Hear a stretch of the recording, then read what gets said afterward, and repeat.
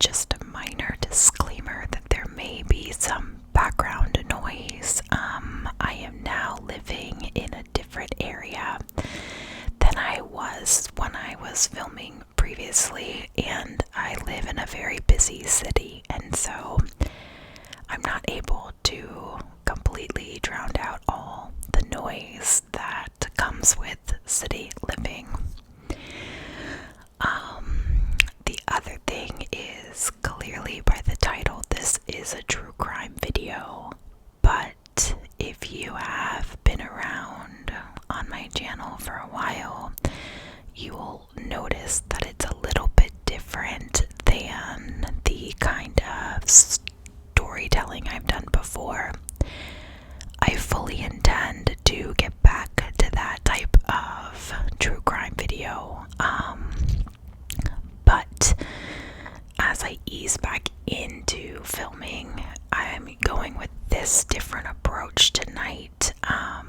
What I'm going to do is read to you a true crime story from a really great book that I found.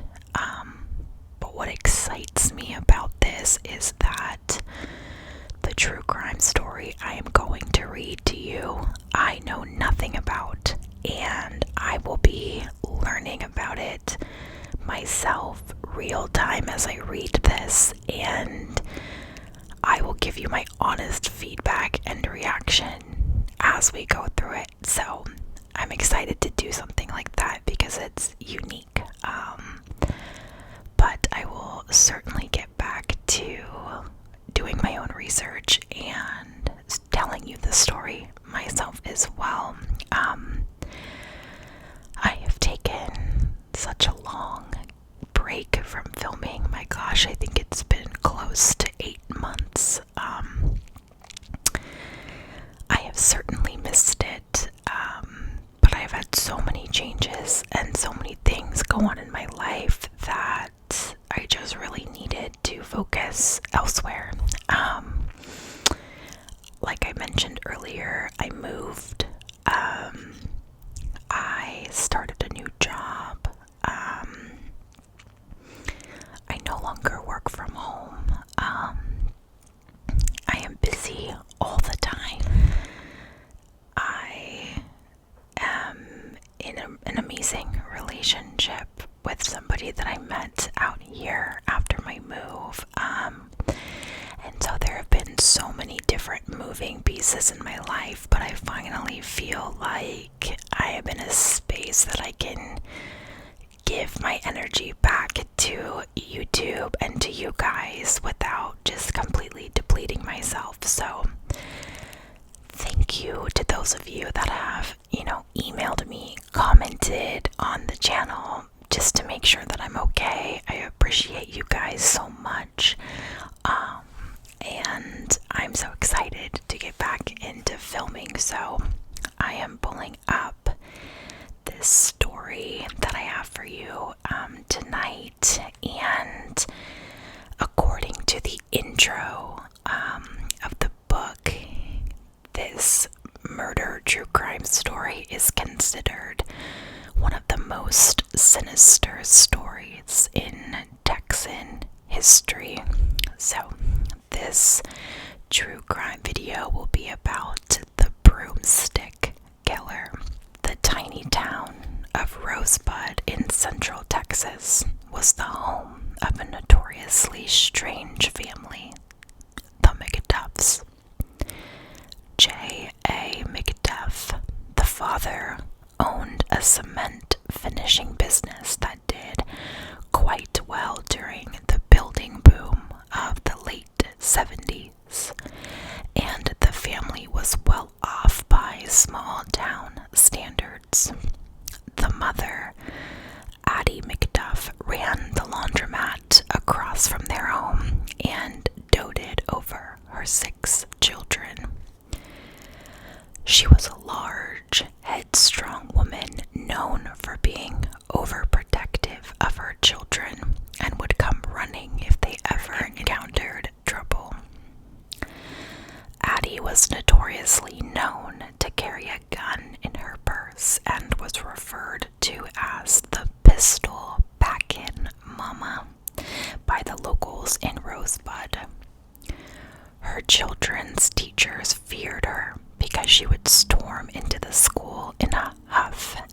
time, one of her children was accused of misconduct.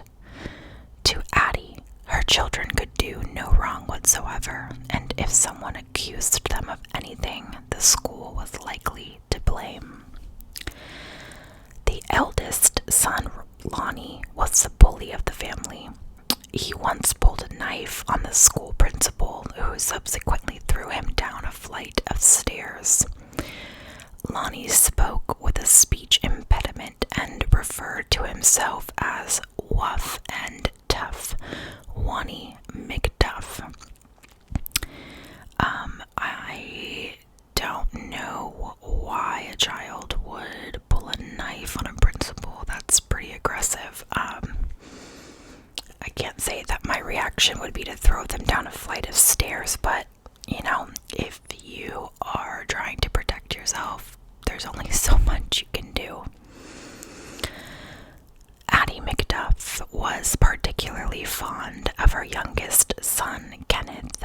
Though technically he wasn't the youngest of the children, she fawned over him as her baby boy.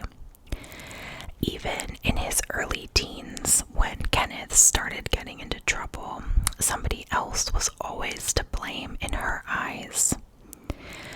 Kenneth was a known troublemaker and a bully like his older brother Lonnie. He was always the kid with a pocket full of money and new clothes, and he rode a loud motorcycle to school. Though he had an average IQ, he didn't do well in school.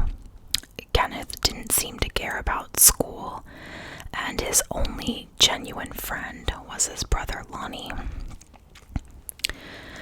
By the fall of 1964, Kenneth was 17 and spent most of his time causing trouble. He broke into businesses and homes looking for things to steal and drove around town looking for girls. But he wasn't looking for a girl to date. He was looking for a girl to rape. Yikes, I did not see that coming. McDuff confided in his brother that he had once raped a woman, slit her throat, and left her dying. Whether the story was authentic is uncertain, as the crime was never reported. Yikes, that's heavy. Even at an early age, local law enforcement was all too familiar with Kenneth Mcduff. Inevitably, he was arrested in 1965 for a string of more than a dozen burglaries. The sentence for his crimes totaled 52 years, but because he was only 18, the judge was lenient. McDuff was allowed to serve his time concurrently instead of consecutively. The 52 years of prison was reduced to a meager 3 years, and he only ended up serving 10 months before they released him. My goodness, that is quite the difference in time. The brief sentence gave McDuff a sense of invincibility, and just 8 months later, he moved on to much more heinous crimes. On a hot August night in 1966, McDuff and his new friend Roy Dale Green were on their way to Fort Worth in Texas. Roy assumed they were on their way to drink some beer and look for girls, but McDuff had much more diabolical plans in mind. Roy Dale Green was a skinny 18-year-old who was impressed with and excited to be hanging out with 20-year-old McDuff. Green knew that McDuff was a troublemaker, but when Kenneth told him he wanted to rape a girl that night, Roy didn't take him seriously. Okay, hold on. I can tell you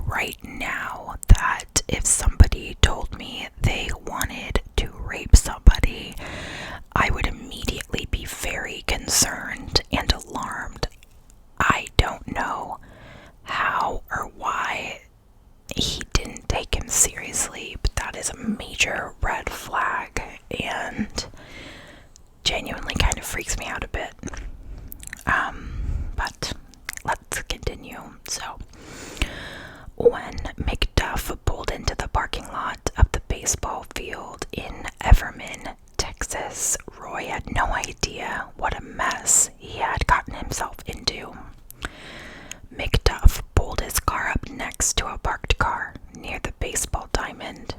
He could see there were 3 teenagers inside of the car. He reached under the seat and pulled out a Colt .38 revolver, got out of the car, and walked up to the driver's side door of the parked car. Yikes. Pointing the revolver at the window, Mcduff ordered the 3 teens out of the car. Inside the car was 16-year-old Edna Louise Sullivan, her boyfriend, 17-year-old Robert Brand, and his 15-year-old cousin, Mark Dunham. Mcduff led them to the trunk of the car and commanded them to get in. The 3 teens climbed in and he closed the lid. Mcduff drove their car while Roy Green followed in Mcduff's car to an isolated area where they stopped. Mcduff and Green got out of the cars and Mcduff turned to Green and said, "We're gonna have to knock 'em off." Kenneth then opened the trunk and pulled Edna out. The teen girl screamed as he dragged her away from her friends to his own car and locked her in his trunk. He then went back over to the young boys. Unable to see, Edna's terror only intensified when she heard 6 gunshots. Mcduff had emptied the revolver into the 2 boys' bodies. When he could not close the trunk, Mcduff became frustrated and backed the car up to a fence and abandoned it with the boys' bodies hanging out of the back. That's brutal. Roy Green was in shock. Yeah, absolutely, he's in shock. They both got back into Mcduff's car and drove to another location where Mcduff pulled Edna out of the back of the car and raped her. After he raped her, Mcduff ordered Green to rape her too. Then Mcduff yelled to Green, "Find something for me to strangle her with." Green pulled the belt off of his pants and handed it to him. But Mcduff found something he liked better. He had a broom in the back of his car, so he raped her with the broomstick, then sat on her chest and held it across her neck. He leaned forward on the broomstick, putting more and more pressure on her neck until he crushed her throat. Mcduff threw her body over his shoulder, walked to the side of the dirt road and tossed her body into the nearby bushes, and the 2 drove away. The next day, Roy Green was consumed with guilt and told his friend's mother what they had done. His friend's mother went to Green's mother, who subsequently convinced him to turn himself in. Green was arrested and led the police back to the bodies, and Mcduff was quickly arrested as well. Green gave the police the gun that Mcduff had buried next to his garage. During the trial, a terrified Roy Green stuttered and stammered as he testified against Mcduff.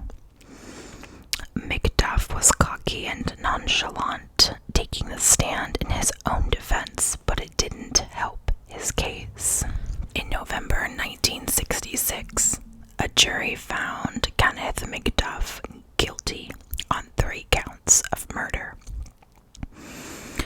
Roy Green served 11 years in prison for his part in the 3 murders, while Mcduff was handed 3 death sentences in the electric chair. In a normal world, this would be the end of the story, but it is nowhere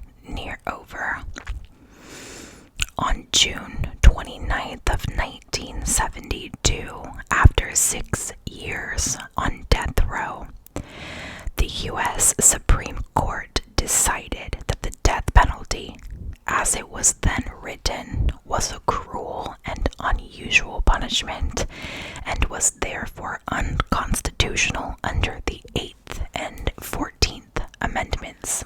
In an extraordinary event, all death penalty cases in the United States were commuted to life sentences. Mcduff was now eligible for parole and applied for it every time he was allowed. He was convicted of such heinous crimes, it was unimaginable that he would ever get paroled. The residents of Central Texas thought that such a vicious killer could never be paroled. Over and over he applied, and he was repeatedly denied.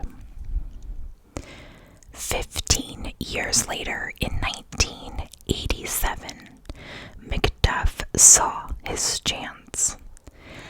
The Texas federal court ruled that the prisons of Texas were far too overcrowded, violating the civil rights of the inmates. Rather than spend money building more prisons, the courts set population limits in the prisons, which led to a massive backlog of inmates being held in county jails across the state. Texas Governor Bill Clements made an unthinkable deal with the parole board. In order to reduce prison population, they were required to release 150 inmates per day. Initially, the white-collar crimes were released, then the minor drug offenses. Within 2 years, the only people left in the prisons were murderers.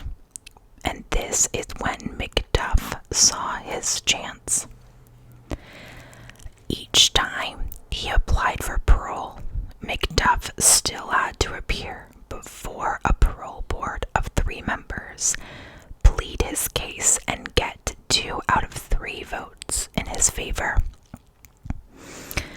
He had tried several times and was denied each time. In one instance, he actually received 2 votes, but it was ultimately denied when an unknown party argued against his release. In another instance, he tried to bribe a parole board official by offering him $10,000. Each time he was denied, but it didn't deter him. Outside of the prison, Mcduff's mother was busy doing her part. She hired 2 well-known attorneys from Huntsville, paying them $2,200 to try to find a way to get her beloved son released from prison. Unbelievably, in 1989, after serving 23 years in prison, Mcduff was paroled. The 2 members of the parole board that voted to release him were James Granberry and Chris Mealy. Mealy later blamed the tremendous pressure he was under from the government. Granberry was later charged with perjury in an unrelated case and ordered to serve 6 months in a halfway house. During those years, the Texas Parole Board set free 127 murderers and 20 death row inmates. Okay, before we continue on with this story, I am unwell at the fact that Mcduff was paroled, as well as so many other murderers. I cannot imagine what the family members of the 3 teens that were killed, how they felt. I would be so angry. I would feel betrayed by the justice system. I what that must feel like, and to be perfectly honest, there's a piece of me that isn't surprised that this happens because crazy things happen all the time in our justice system. But there's also a huge part of me that is equally so confused and does not understand how this happened. But let's continue. The people of Rosebud were in shock, of course, at the news of Mcduff's release. Some put bars over their windows, and many feared walking the streets of the tiny town without a gun. Immediately after his release, Mcduff was required to visit his parole officer in Temple, Texas. After their first visit, the parole officer told police, here's a quote, "I don't know if it'll be next week or next month or next year, but one of these days dead girls are going to start turning up, and when that happens, the man you need to look for is Kenneth Mcduff." The parole officer was right. Just 3 days after his release, the body of 29-year-old Seraphia Parker was found in a field 25 miles west of Rosebud in Temple, the town that Mcduff's parents had moved to while he was in prison. Though they had no evidence, police suspected Mcduff was responsible for the killing. Mcduff was known as a racist. Just 7 months after his release, he harassed a young black man in Rosebud, yelling racial slurs at him and pulled a knife on him. But Mcduff knew how the prison system worked. He knew about the overcrowding issues, and he was back on the streets just 2 months later. After his release from prison, Mcduff enrolled at Texas State Technical College in Waco and briefly got a job as a cashier at a convenience store called Quick Pack. But working for a lowly $4 an hour did not satisfy him, and he quit after only a month. By the summer of 1991, Mcduff had given up his feeble attempts at the straight and narrow life and continued his life of crime. Living in the college dorms, he started dealing and using drugs. He knew this violated his parole, but he didn't care. He spent his spare time picking up prostitutes in Waco and used them to satisfy his need for violent sex. In the late hours of October 10th, 1991, Mcduff picked up a young crack-addicted prostitute from Waco, Brenda Thompson, intent on killing her. Mcduff had Brenda tied up in the passenger seat of his red pickup truck when he noticed a police checkpoint up ahead. Brenda saw her opportunity and screamed as she raised her legs up to the windshield and began kicking, cracking the windshield several times.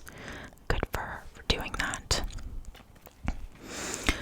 When the police ran toward his truck, Mcduff hit the gas and crashed the roadblock. Several police officers had to jump out of the way to avoid being run over. Mcduff led police on a high-speed chase, but escaped into the night by turning off his lights and driving the wrong way down one-way streets.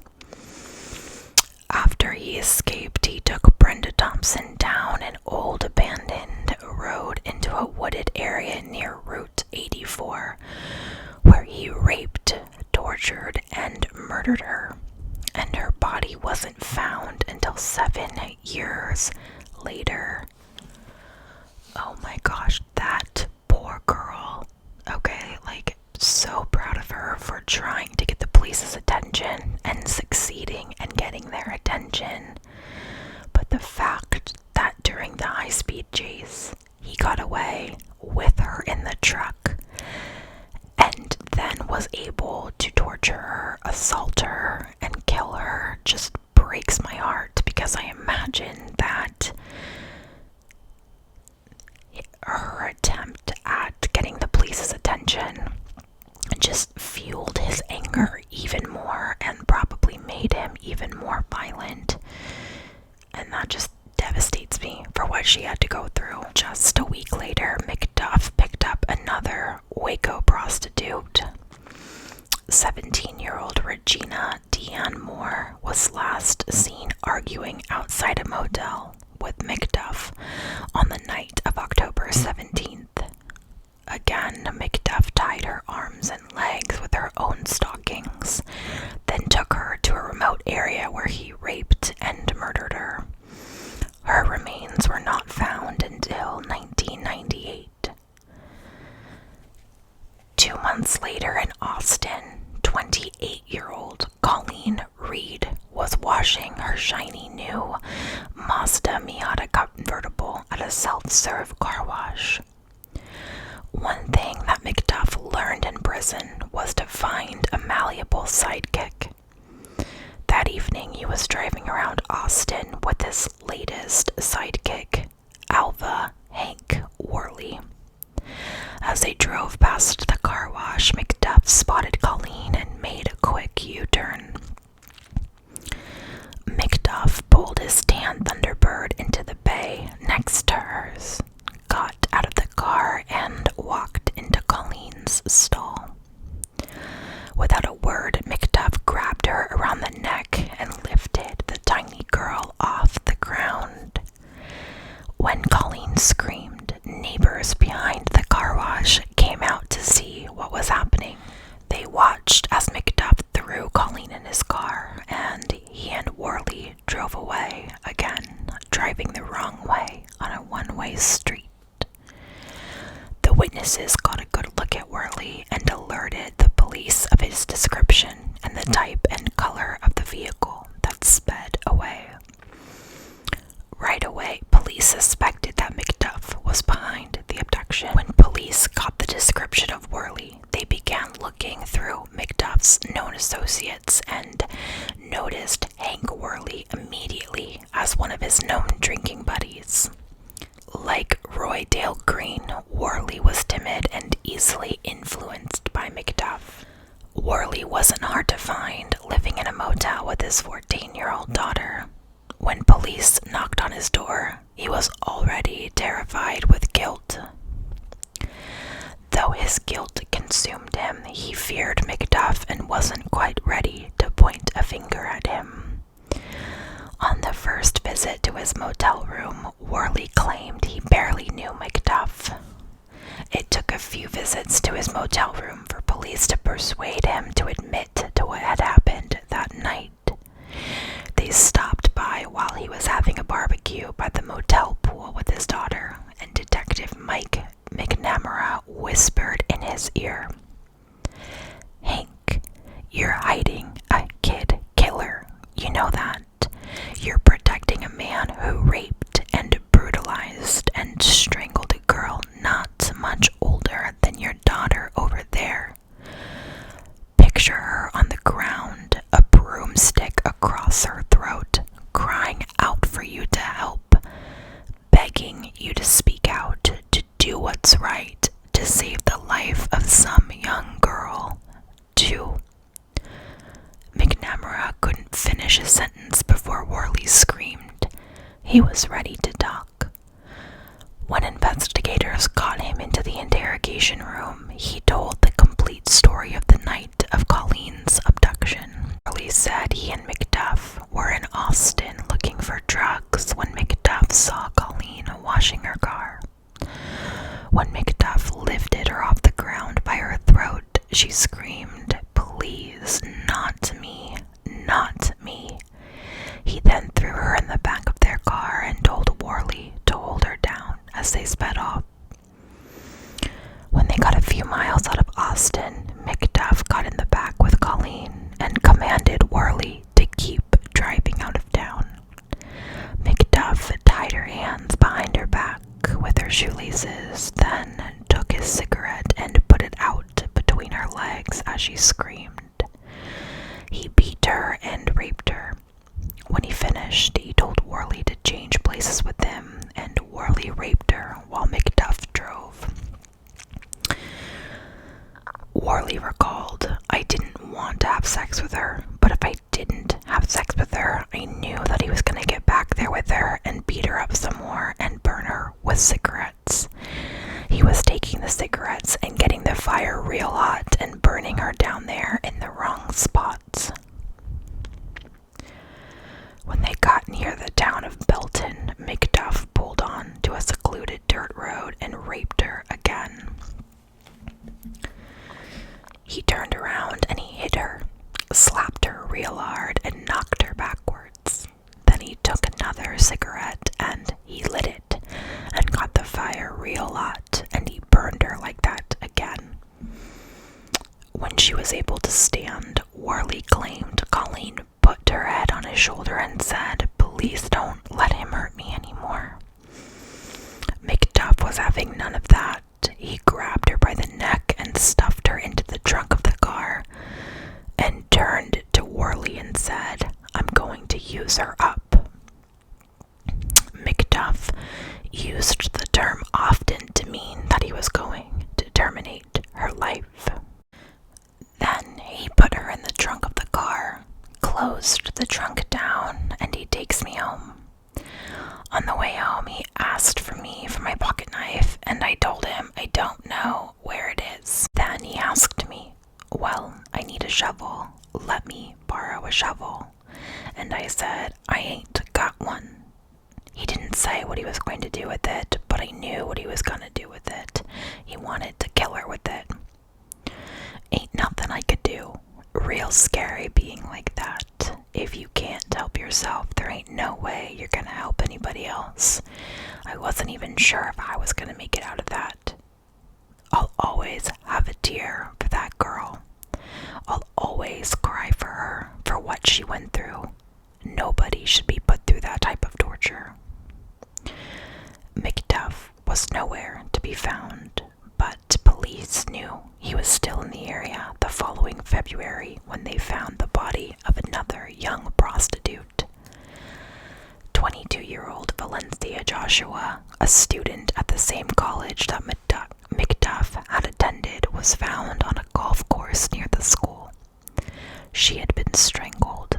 The last time anyone had seen her, she was looking for Kenneth Mcduff on the campus of their school. Then on March 1st, 1992, Melissa Northrup was working the night shift at the Quick Pack convenience store. She was a pregnant mother of two who knew the dangers of working the night shift but needed to pay the bills. She would regularly call her husband during her shift to let him know she was okay. Late that night, Mcduff was cruising the streets looking for drugs when his tan Thunderbird broke down just 100 yards from the Quick Pack. Oh no. This was the same store that Mcduff had worked for only a month. Mcduff knew that the store was open 24 hours a day and had no security to speak of. He also knew that there was a cute 23-year-old who worked the night shift and had told friends that the place could easily be robbed. When Melissa's husband didn't hear from her at 4 a.m. that night, he got worried and called the store. He repeatedly got no answer, so he drove to the store, but there was no sign of his wife. When police found Mcduff's car abandoned at the New Road Inn, just 100 yards away, their suspicions were confirmed. Mcduff was on a killing spree, and they started a massive nationwide manhunt. Knowing how close Mcduff was with his family, they started by questioning his parents.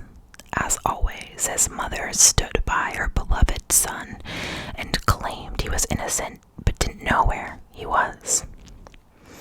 His father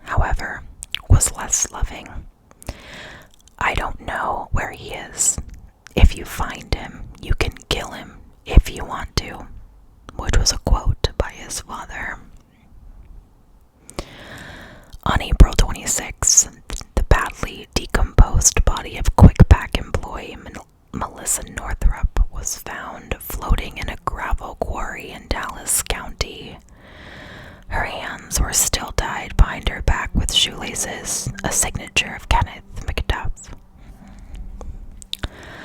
The big break came on May 1st when the manhunt was aired on America's Most Wanted.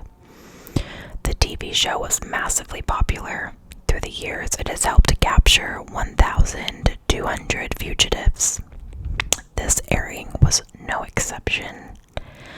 Shortly after it aired, a man called from Kansas City, Missouri, claiming that Mcduff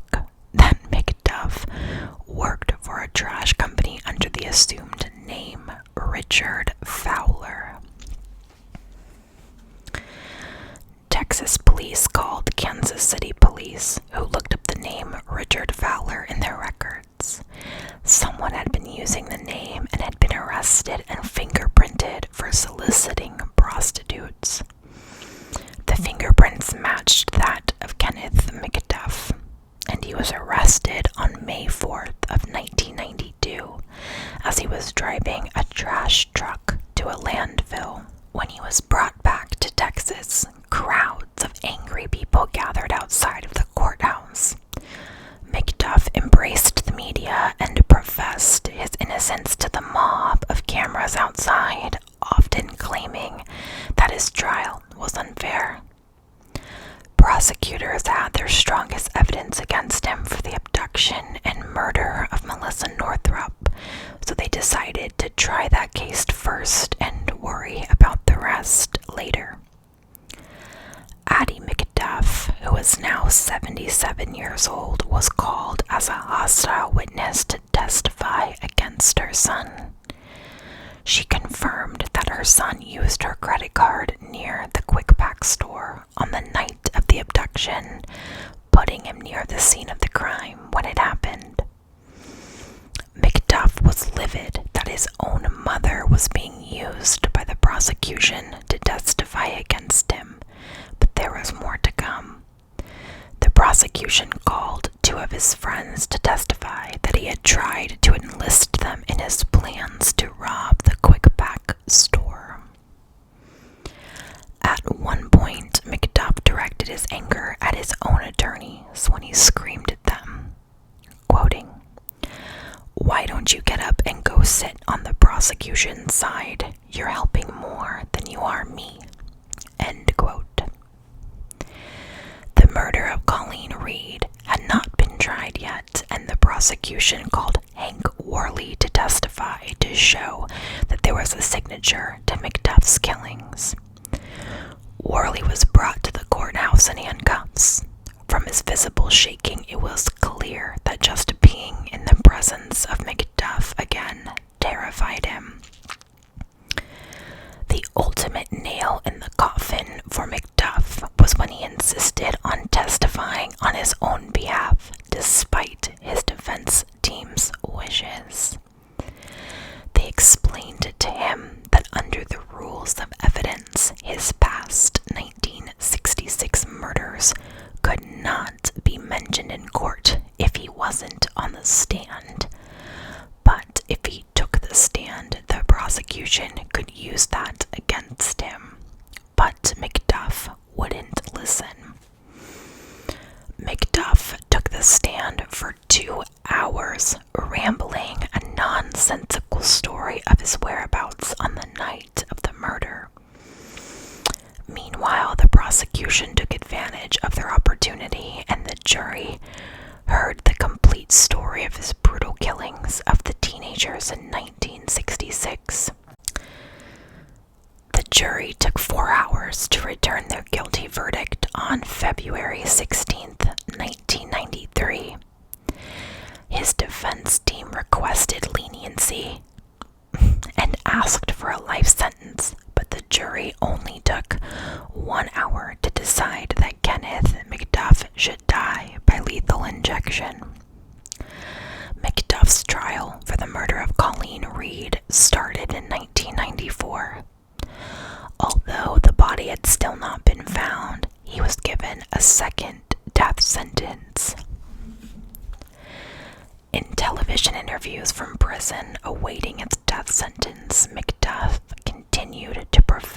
innocence, even for the 1966 killings. In the months before his execution, investigators enlisted the help of a jailhouse informant to try to get Mcduff to give up the locations of the bodies, and their plan worked. In September of 1998, the body of Regina Diane Moore was found beneath a bridge on the side of a highway.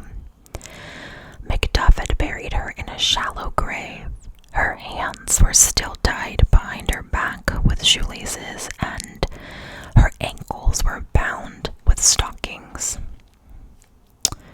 The body of Brenda Thompson, who kicked Mcduff's windshield as he crashed through the roadblock, was found in a grouping of trees outside of Waco. She had been tied up, raped, and tortured. Mcduff only had 2 weeks before his execution, but he wasn't giving up the location of Colleen Reed. He told the informant that he didn't want to tell the cops because it was the last body, and if he gave them everything they needed, they would take away his commissary rights and wouldn't treat him right. With only 2 weeks to live, Mcduff's only concern was his own diminished rights and had no regard for the closure of his victims' families. That's not really all that surprising, though, to me. Police met with prison officials and arranged to take none of his prison rights away. Presented with the assurance, Mcduff finally gave them directions to where he had buried Colleen Reed's body. Despite digging for hours exactly where he told them, they were unable to locate her body. That afternoon, in a covert arrangement, Mcduff was brought to the dig site. The body of Colleen was found on October 6th, 1998.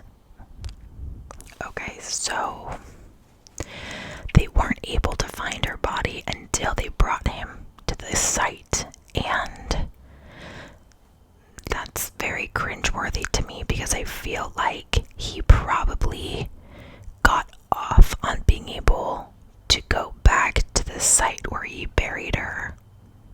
I don't like that at all. In Mcduff's final days, investigator John Moriarty spent over 40 hours interviewing him, trying to gain a deeper understanding of the psychopath's mind. In the time he spent with him, though he showed no remorse at all, Mcduff admitted to all 8 murders and alluded that there may have been many more. Kenneth Mcduff was executed on November 17th, 1998. His family did not claim his body, and he was buried in the Huntsville prison graveyard with a tombstone that displayed only his death row number, X9999055, and the day of execution. As a result of the mayhem that Mcduff caused and an outcry from the public, the Texas parole system was completely overhauled and the state spent $2 billion building more prisons. Okay, well, that was a horrible story about the Broomstick killer, and I very much understand why that was considered one of the worst, true crime murder stories of Texas history. I am baffled that he was let out in the first place, and it's devastating how many more murders he was able to commit because of that. If I'm not mistaken, the first 3 took place in 1966, and then he was able to commit at least 5 more upon his parole, since it said that he alluded 8 in total, but who knows? There could have been so many more. And if that's the case, there are so many families who have, or who were left with no closure, no answers or anything, to the murder or disappearance of loved ones, and that always devastates me, and really breaks my heart. So, I actually really enjoyed reading that book, and it was interesting to be able to learn of the story as I read it real time. So I think I'll continue doing, some videos like that, and like I said earlier, I'll definitely get back into doing my own research and storytelling as well, but I'll likely have a blend of the two types of videos. So I hope you enjoyed it. Please let me know what you think in the comments of the story, what you think of Mcduff, the Broomstick Killer. I always love hearing your opinions as well. I hope that you're doing well and staying safe and are healthy. I'm so excited